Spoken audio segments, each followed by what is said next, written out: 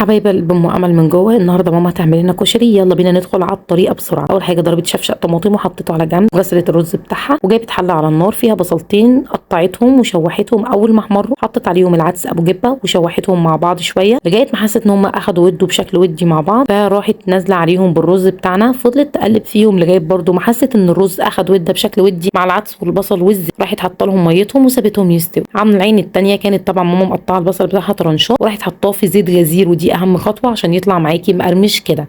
بعد كده جابت راس توم كده راحت ضرباها وراحت حطاها على النار. اول ما اتشوحت حطت لها الخل والطماطم وسابتها تتسبك. هنا طبعا الرز بتاعنا اول ما استوى ريحته تحفه يا بنات. وكمان هنا بقى ايه، راحت جايبه المكرونه بتاعتنا بعد ما سلقتها وراحت مشوحها بحبه زيت. شايفين الحلاوه والطعامه. هنا بقى الصلصه بتاعتنا بعد ما اتسبكت ريحه ايه ما اقولكوش.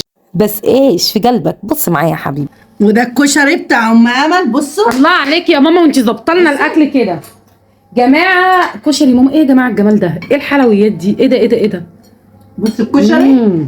ولا تقولي لي ده الطبق ده عامل في المحل 100 وحاجه ومش زي كشريه. ده انا ما اقدرش انا على الكلام الجامد ده. ايه ده يا جماعه ده؟ ايه ده؟ كشري البيت عامله لكم الوصفه بتاعته كده. انا ما عملتش حمص يا جماعه عايزه اقول بصراحه لكم الريحه جايبه اخر الشارع، وما حمصتش عيش. والله اجمد من بتاع المطاعم. بقى الكشري بالهنا والشفا ليا والهنا والشفا للي قلدني ويعملوا. تسلم ايدك يا ست الكل، تعيشي وتعملي. انت يا امل بالهنا. ما تنسوش تعملوا لها لايك وشير وكومنت ودعوه حلوه من قلبكم كده يا جماعه. وما تشتروش من بره المعلقتين كده ب 50 جنيه بجيبهم. اه والله. باي باي.